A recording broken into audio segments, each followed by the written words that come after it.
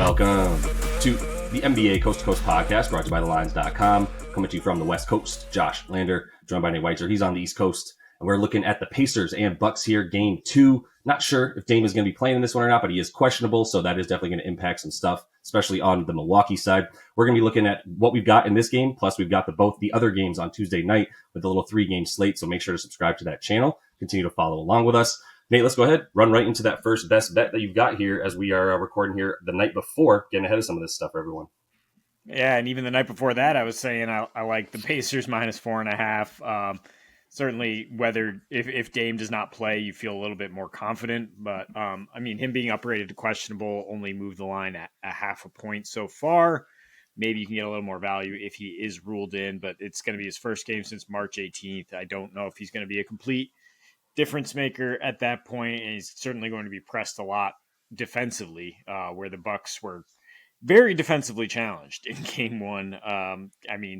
The bigger issue, I think, is just the offense, is that you have Giannis getting 40 points basically, and just the Pacers not even being stressed defensively as a unit because there's just no one else out there threatening.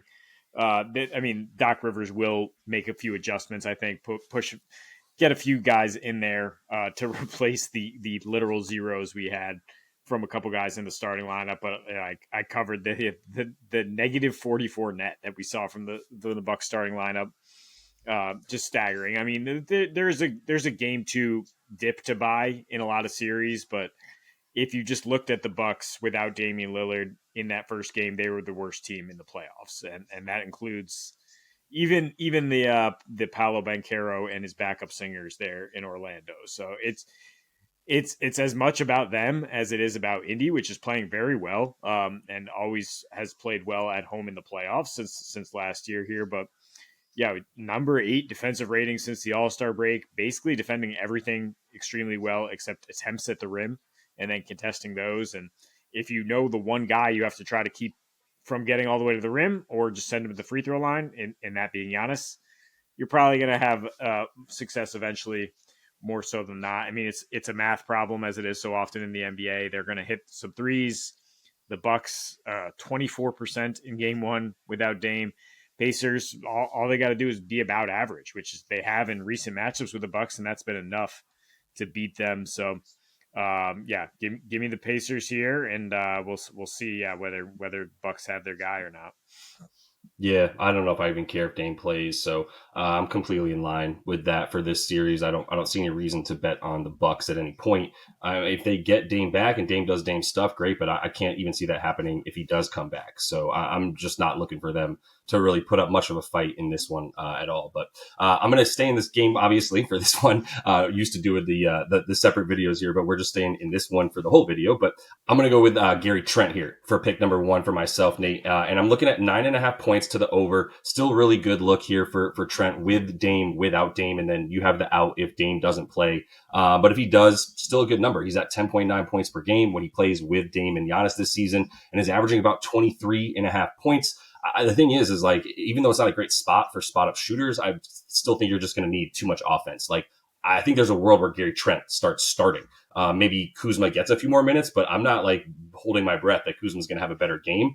And that's a big part of this for Trent, is that like, while AJ Green is great to come in and be that movement shooter that they really need, Gary Trent is the same movement shooter with better defense and the ability to at least like dribble the ball a few times before he passes it and maybe make something happen. So there's just too much for him. There's too many other things that he's doing better than the other options like AJ Green that'll keep him out there. Plus the thing with Dame too is going to be that like, come on, man, like what are we really expecting from him? That was kind of what my response to your pick for Indy is like, what are we expecting from him? If he's able to just hit flat-footed, 30-foot shots with a hand in his face, then yeah, Dame's going to have a good game. But it's tough for me to see him getting into the lane and doing too much. So even if he is in, I would have to imagine that like the ball is more easily going to be forced out of his hands. So you give me a number that's solid for Gary Trent if we project him for 23, 24 minutes, which is what I would expect him to play in this one, once again, with or without Dame, as I mentioned, because he's also got plenty of playoff experience. That's the other thing that gives him an edge over some of these other bench players for the Bucks. I mean, we saw Pat Connaughton get some minutes, even just sort of pulled him from the scrap heap after not playing him for a ton because they're looking for that playoff experience. Well, you put Dame back in. I don't think Gary Trent's getting his minutes cut at all. I think we've sort of inserted him into a good spot, and we're probably getting a good number here because there's that questionable tag on Dame. Yeah, wasn't he their big off-season swing that was like, oh, the Bucks got like they added along the fringes here and they got Gary Trent and like it just didn't pan out during the regular season, but he makes sense, a lot of sense as a Giannis accompaniment, and as a guy who can actually defend a little bit and then still give you something on offense, which they needed desperately. Yeah, you could see the plus minus a lot better with those few guys off the bench, Trent and KPJ. And Doc should go to them sooner here if he continues to get nothing from the starting unit. So just another way to bet on the Pacers would be their first half total, which you might take even heavier than with the spread here, because honestly, I mean, they come out hot. They might bog down late. They might do some dumb stuff late. They might mess around and lose a game if the Bucks are able to show that veteran presence and get into them, but you're not really going to stop the Pacers from coming out of the gates hot. Like that's the way they run these races. In 8 home playoff games last year, they averaged 64 a game in the first half, shot 54% from the field. We're looking at 95 pace, a 134 offensive rating to lead the playoffs. Versus in the second half, like many teams, it bogs down to 91 pace for them, 110 offensive rating. So it's more about a lack of efficiency than it is just the pure pace. They were 6-2 straight up in the first half at home. They were 6-2 to this number. The exceptions, Game 4 against the Celtics in the finals, Eastern Conference Finals, where they did not have Halliburton anymore, and Game 6 of the closeout against the Bucks, and that was their very first closeout opportunity as a group, right, for these young Pacers. There were some nerves, and they shot 31% from three, which is definitely below average a little bit. I mean, they were able to get here against this number in the last 2 regular season home games against the Bucks, despite shooting 38. Just shooting an average amount from three, 38%, which is what they shot in Game 1, and that's all we need basically. It's not like any kind of crazy outlier either way. It's just going with a lot of their bread and butter stuff, right? It's just the pick and pop with Halliburton and Turner is there. It's easy. The pick and roll with Siakam was definitely working in Game 1 there. The Bucks just too slow at the back line with Brolo there to really stop Siakam, who has double digits in the first half in 4 straight regular season games against the Bucks, as well as this playoff game, Game 1. So, I mean, just too many guys around Halliburton, who is healthier than he was last year, as well as the engine behind this thing. And he didn't even, he was 0 for 7 from 3 in Game 1, so he's got positive regression to go there as a scorer. So I really like this look here as far as them getting 60 in the first half. Yeah, no reason to not like it with or without Dame. I think it's one of those looks that you can depend on and don't have to rely on the injury news. So I'm completely with it. And I think a guy that's going to be contributing heavily to that is a guy who does get it going early as well. In addition to Siakam, Andrew Nembhard. I'm just going to go with over 10.5 points and totally buy into playoff Nembhard. I had some people talking to me about him before this last game, and I was like, well, Benedict Mathurin didn't play in the playoffs last year. Whatever. I mean, I thought it would be impactful. And Benny Mats had a fine game. He went over his prop line too, but most people did.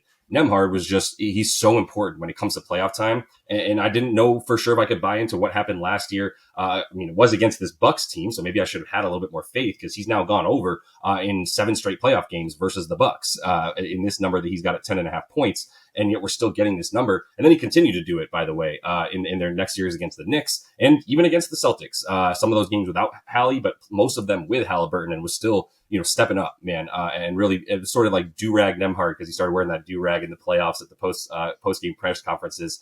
So that was sort of a thing that became pretty funny online. But he's basically at 15 points per game in the offs with Halliburton. He is at 15 points per game in the playoffs since last season, with Halliburton and Siakam both playing out there with him. And he's just really, I've talked about it before, but like he's the life's blood of this team. Halliburton's a really good athlete, really, really solid player. We all know what he's capable of. He's the best guard on the team. This is the guard that if you don't have him, like, it doesn't matter. Having the guy that is as good offensively as Halliburton is not as important, is equally as important as having a guy who's going to be able to guard the other team's best player and a guy who's going to be able to hit those open shots and a guy who takes the playmaking pressure off of him because he also had 8 potential assists, and everybody's playing fewer minutes in this last game. And that's the only thing that scares me about most of the bets I could make in this game would be I don't trust this to not be a blowout once again, in which case I'm going to be looking for lower things. And guys like Nemhard, who I do believe can get their stuff early and have shown that they're going to get a bunch of shots up in the first half. So love Nemby in this one once again.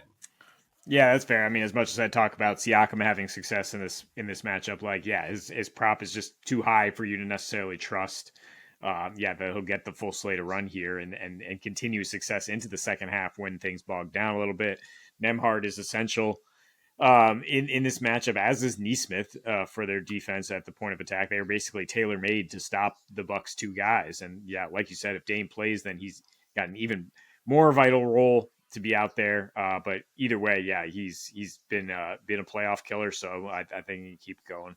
Yeah, he's going to keep it going. So that is all the time we have for you in this one, though. Make sure to subscribe to the channel. You don't want to miss out the other couple episodes we have up for those Tuesday night games here. Both of the other games are up with episodes as well. So definitely make sure to check those out. Until we see you next, happy betting.